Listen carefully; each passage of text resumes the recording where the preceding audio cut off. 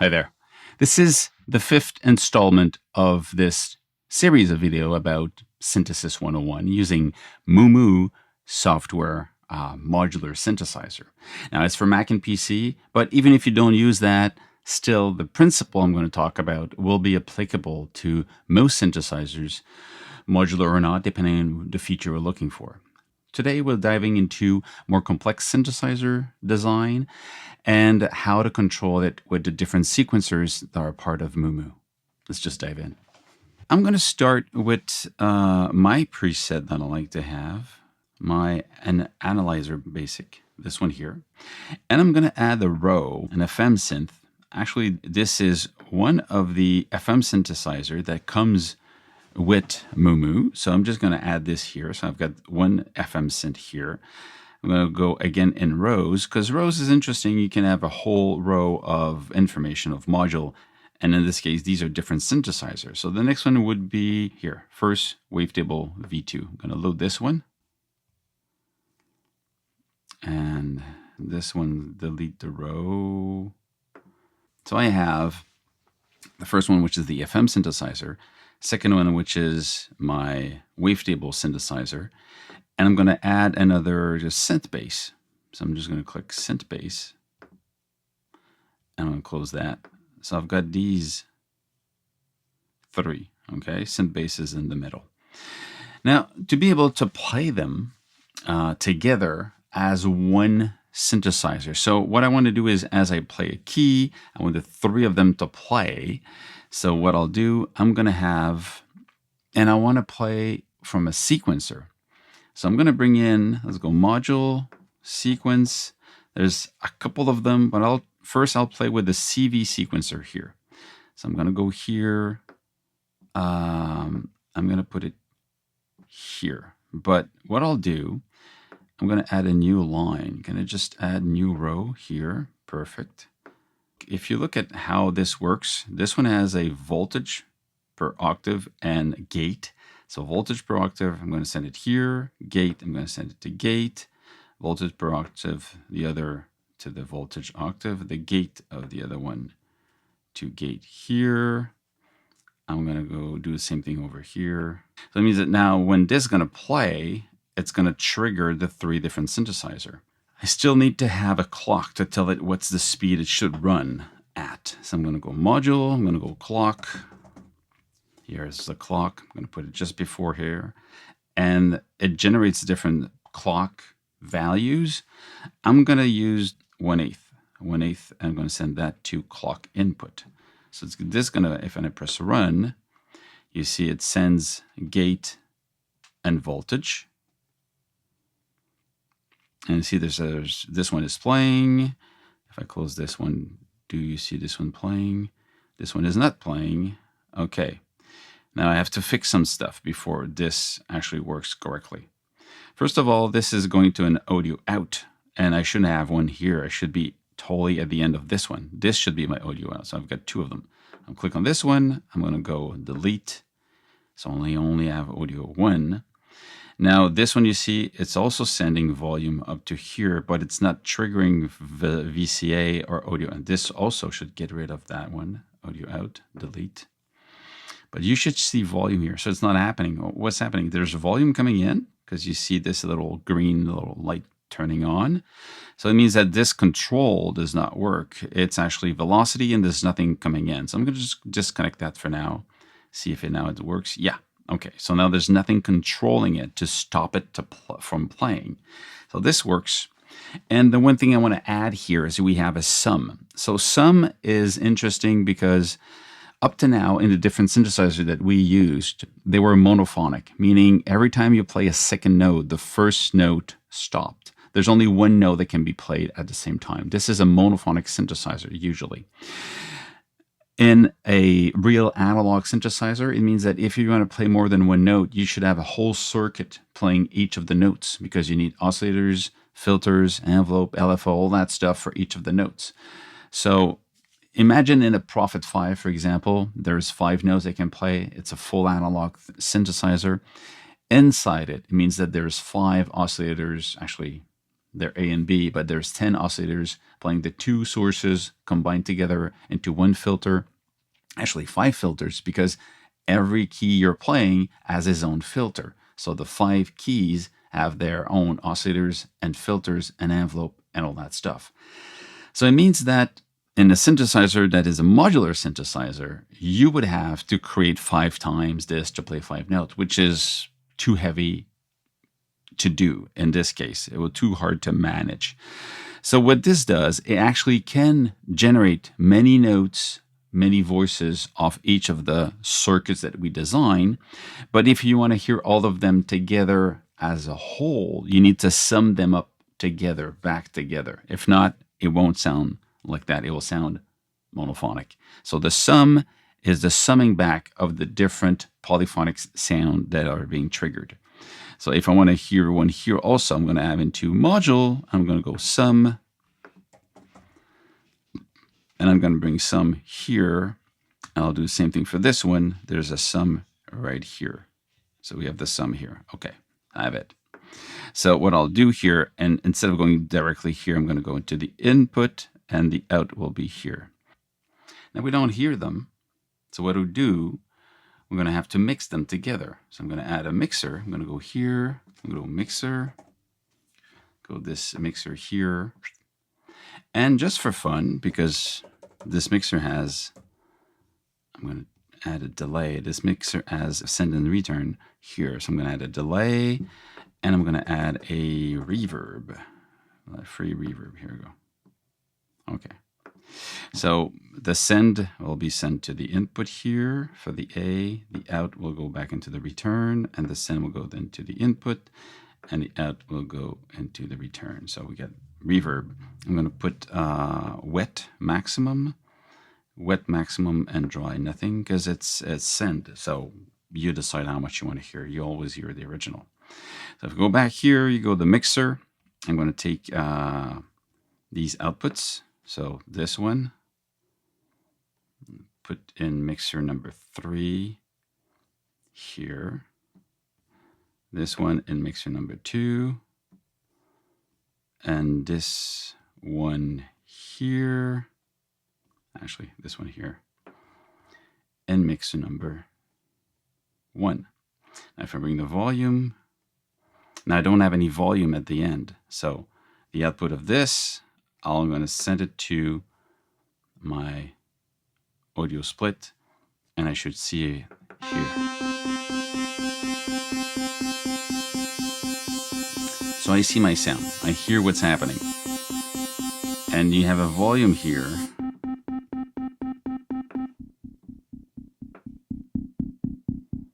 If you want to put delay on this one as example. Ping pong.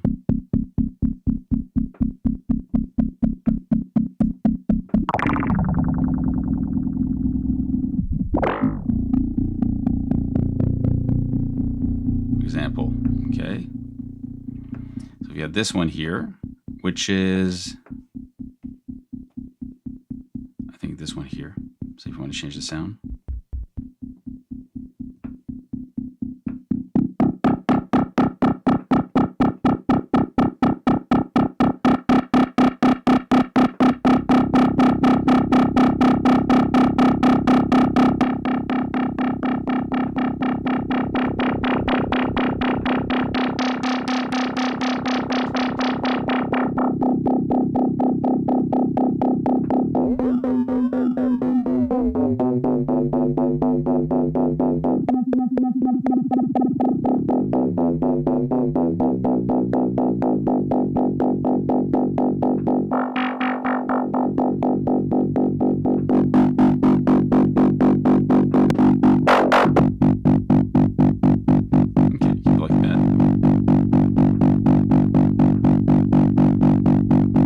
That's for this one. I'm going to go back here. Bring this volume here.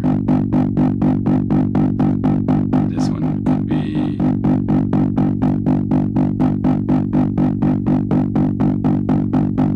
Well, It's all good. I mean, we understand we can change all the sounds, but now the sequence is very basic. What do I do with the sequence? Well, you see that there's not a lot of controls here. You just have X and Y, 1, 2, 3, gate, and you go, where's the control? Well, on the side here, you get CV sequence. Click on this, and it shows you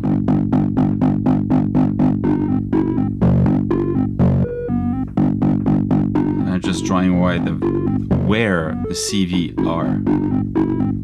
You can also look at it in classic mode, where you can change here the CV and the length of each. And there's trigger, probability, and velocity. So you can say, oh, well, this is going to be less probable to play. So probability of this playing, of being triggered. If you don't want it to be triggered, you can just click here, deactivate it.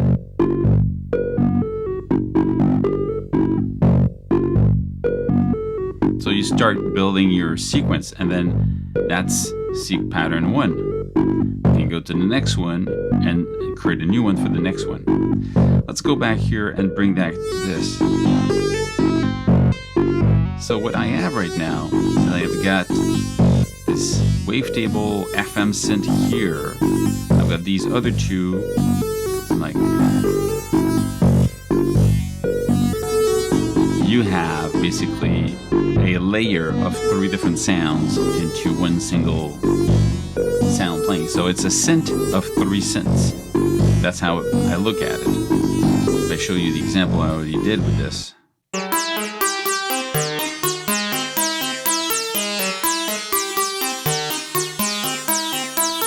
Same logic.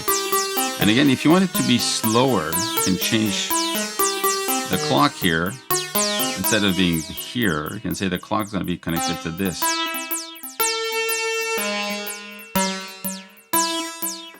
So there's another thing you can actually use.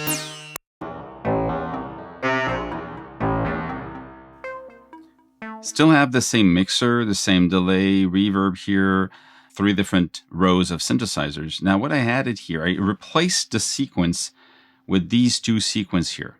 So this one is where you trigger. This is a trigger out. This one is a CV out. So basically what you had on the single one sequence with the other sequencer, the out will be sent to different gates, and the CV out will be sent to the voltage per octave here. And these will be controlled by the speed BPM here, the output 1/8, 1/16. So what's interesting now is that I have 2 sequences. One is just telling when to play. The other one is controlling the pitch. That's what you have here. But what you have is don't need to be running at the same speed. Let's say I take this one and put it here. So this one is being triggered by a 16th of a note. And this one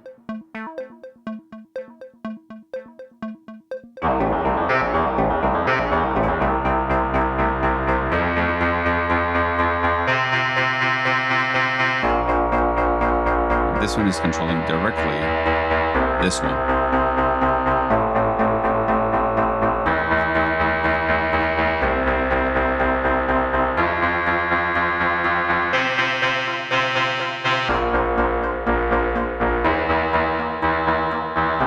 So you get a different speed of sequence for the sequence of notes.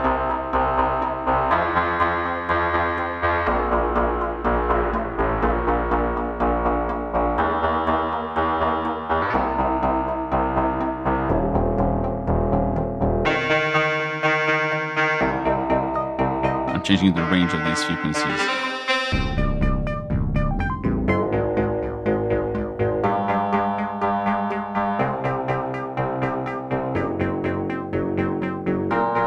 And if I go, what am I listening at now?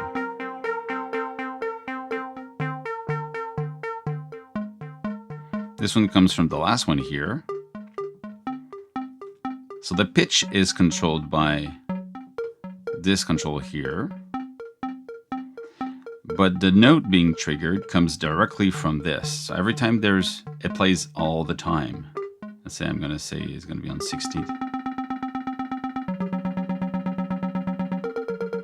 When this changes, you see here. Let's say I'm going to put like this. Keep it like this. If you bring this one, now this one doesn't have, it plays the same notes or the same CV is being sent to them. The way it reacts is different. But the speed of playing of this is triggered by this. The sequence octave with just the on-off trigger, but this is slave to this speed, actually, which is the same. So what I could do, I could say it's going to be on 14 instead.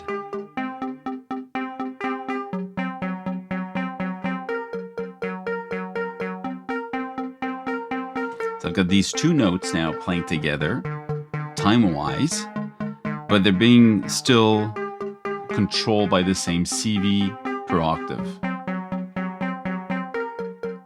So you can create these weird and fun, rich. So this is the FM one sent through the delay, maybe less of it.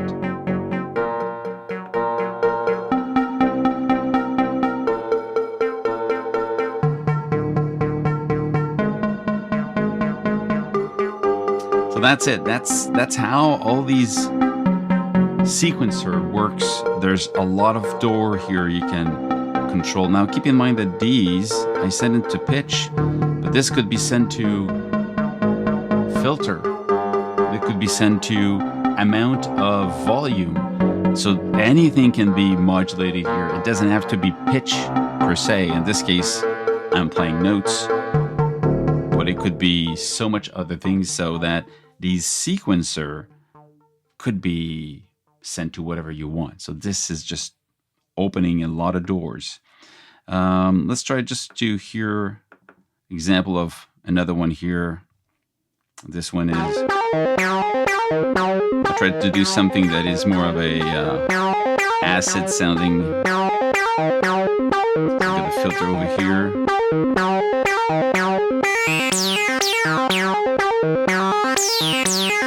So the moody is more of a distorted one. The scream also is a good one.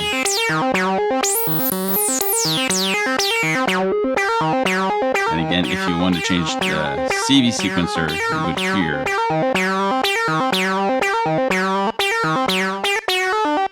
And the other one I want to show you is